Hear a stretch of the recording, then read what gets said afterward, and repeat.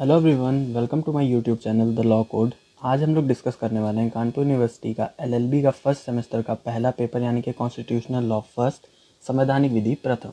चलिए स्टार्ट करते हैं इसको। पहला क्वेश्चन है कि matters enumerated in list 3 in the 7th schedule of the constitution can be legislated by, यानी कि संविधान की 7वीं अनुसूची की सूची में वर्णित मामलों पर किसके द्वारा कानून बनाया जा सकता है। इसका आंसर होगा संसद और राज्य विधानमंडल, यानी कि पार्लियामेंट एंड स्टेट लेजिस्लेचर। चलिए बढ़ते हैं नेक्स्ट क्वेश्चन की तरफ। नेक्स्ट क्वेश्चन है समवर्ती सूची को ट्विलाइट जोन किसके द्वारा कहा गया। The concurrent list is termed as twilight zone. इसका आंसर होगा पाइली। पाइली ने कंकरेंट लिस्ट को ट्विलाइट जोन बोला है।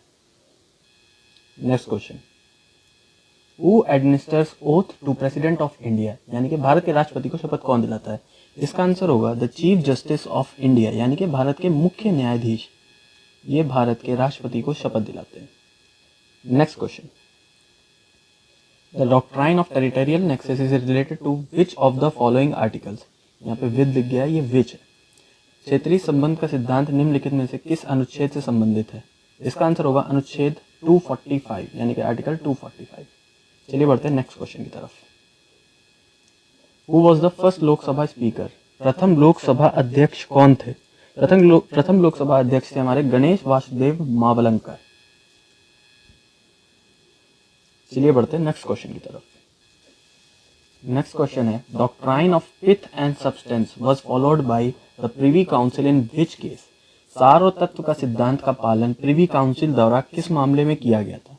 इसका आंसर होगा A, Prafulla Kumar Mukherjee versus bank of Khulna. Prafulla Kumar Mukherjee बनाम बैंक ऑफ खुलना में सार और तत्व के सिद्धांत का पालन प्रिवी काउंसिल ने किया था। नेक्स्ट क्वेश्चन की तरफ बढ़ते हैं। What cannot be done directly cannot be done indirectly. This statement relates to which of the following doctrines? यानी कि जो प्रत्यक्ष तौर पर नहीं किया जा सकता वह अप्रत्यक्ष रूप से नहीं किया जा सकता। यह कथन किस सिद्धांत से संबंधित है। इसका आंसर होगा आभासी विधायन का सिद्धांत, यानी कि doctrine of colourable legislation. Next question की तरफ बढ़ते हैं। रेजिड्यूअरी पावर्स आर वेस्टेड इन, यानी कि अविशिष्ट शक्तियां निहित हैं। इसका आंसर होगा पार्लियामेंट, यानी कि संसद। चलिए बढ़ते हैं नेक्स्ट क्वेश्चन की तरफ। Jaya Bachchan versus union of India is leading case on. Jaya Bachchan बनाम भारत संघ एक प्रमुख मामला है, बहुत इंपॉर्टेंट केस है। इसका आंसर होगा लाभ का पद, यानी कि ऑफिस ऑफ प्रॉफिट। चलिए बढ़ते हैं नेक्स्ट क्वेश्चन की तरफ। Which of the following is authorise to legislate on entries of union list, यानी कि निम्नलिखित में से कौन संघ सूची की प्रविष्टियों पर कानून बनाने के लिए अधिकृत है। इसका आंसर होगा भारतीय संसद, यानी कि इंडियन पार्लियामेंट। नेक्स्ट क्वेश्चन की तरफ बढ़ते हैं। Who was the constitutional adviser to constituent assembly of India. भारत के संविधान सभा के संवैधानिक सलाहकार कौन थे। B N Rau. B N Rau थे संवैधानिक सभा के संवैधानिक सलाहकार। चलिए बढ़ते हैं नेक्स्ट क्वेश्चन की तरफ। In which of the following systems the head of state and head of government both are different? निम्नलिखित में से किस प्रणाली में राज्य का प्रमुख और सरकार का प्रमुख दोनों अलग अलग होते हैं। ये होते हैं संसदीय प्रणाली, यानी पार्लियामेंट्री सिस्टम। ये अपने इंडिया में पार्लियामेंट्री सिस्टम ही चलता है। चलिए बढ़ते हैं नेक्स्ट क्वेश्चन की तरफ।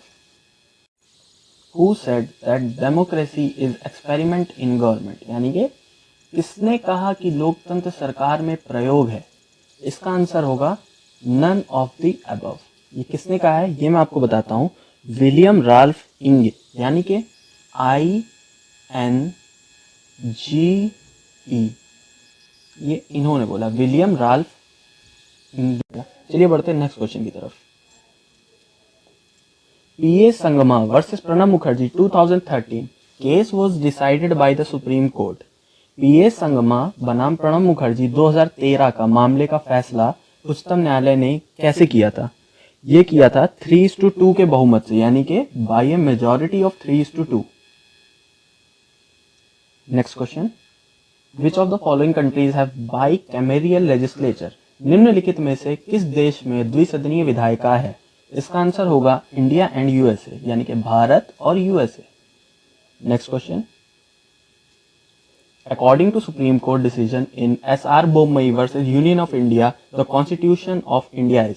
एस.आर. बोम्मई बनाम भारत संघ में सर्वोच्च न्यायालय निर्णय के अनुसार भारत का संविधान, ये बहुत ही ज्यादा इंपॉर्टेंट क्वेश्चन है, इसका आंसर होगा संघीय यानी कि फेडरल। ये केस एस.आर. बोम्मई बनाम भारत संघ, ये अपने आप में बहुत ज्यादा इंपॉर्टेंट केस है, इसको हम लोग आगे किसी वीडियो में डिस्कस करेंगे। चलिए बढ़ते हैं नेक्स्ट क्वेश्चन की तरफ। A proclamation of emergency may be revoked by the president. आपातकाल की घोषणा राष्ट्रपति द्वारा रद्द की जा सकती है। ये किस समय की जा सकती है? किसी भी समय की जा सकती है, एट एनी टाइम। चलिए बढ़ते हैं नेक्स्ट क्वेश्चन की तरफ। Which of the following features is not related with Indian constitution. निम्नलिखित में से कौन सी विशेषता भारतीय संविधान से संबंधित नहीं है? इसका आंसर होगा ड्यूअल सिटीजनशिप, दोहरी नागरिकता। ये भारतीय संविधान से संबंधित नहीं है। चलिए बढ़ते हैं नेक्स्ट क्वेश्चन की तरफ। Who proclaims national emergency. राष्ट्रीय आपातकाल की घोषणा कौन करता है? इसका आंसर होगा भारत के राष्ट्रपति। ये अभी हम लोग कुछ देर पहले डिस्कस कर चुके हैं क्वेश्चन, यानी कि प्रेसिडेंट ऑफ इंडिया। ये हम लोग अभी थोड़ी देर पहले 2-3 क्वेश्चन पहले हम लोग ने डिस्कस किया था। चलिए बढ़ते हैं नेक्स्ट क्वेश्चन की तरफ। The emergency provisions in the Indian constitution are taken from which of the following sources. भारतीय संविधान में आपातकालीन प्रावधान निम्नलिखित में से किस स्रोत से लिए गए? इसका आंसर है जर्मनी, कॉन्स्टिट्यूशन ऑफ जर्मनी, यानी कि जर्मन के संविधान से। चलिए बढ़ते हैं नेक्स्ट क्वेश्चन की तरफ। Which of the following is not a feature of federal constitution. निम्नलिखित में से कौन संघीय संविधान की विशेषता नहीं है? संघीय संविधान की विशेषता नहीं है ये सरकार की शक्तियों का संकेंद्रण, यानी कि कंसंट्रेशन ऑफ गवर्नमेंट पावर्स। चलिए बढ़ते हैं नेक्स्ट क्वेश्चन की तरफ। How many offices can be exempted from the purview of the law. कितने कार्यालय को विधि के दायरे से छूट दी जा सकती है? ये आप लोग मुझे कमेंट में बता सकते हैं इसका आंसर क्या होगा। बाकी मैं इसका आंसर आपको नेक्स्ट वीडियो में बताऊंगा। चलिए बढ़ते हैं नेक्स्ट क्वेश्चन की तरफ। The power of the president of India are. भारत के राष्ट्रपति की शक्तियां हैं। इसका होगा भारत के संविधान के अनुसार, यानी कि in accordance with the constitution of India. चलिए बढ़ते हैं नेक्स्ट क्वेश्चन की तरफ। Who is the ex officio chairman of Rajya Sabha, यानी कि राज्यसभा का पदेन सभापति कौन होता है?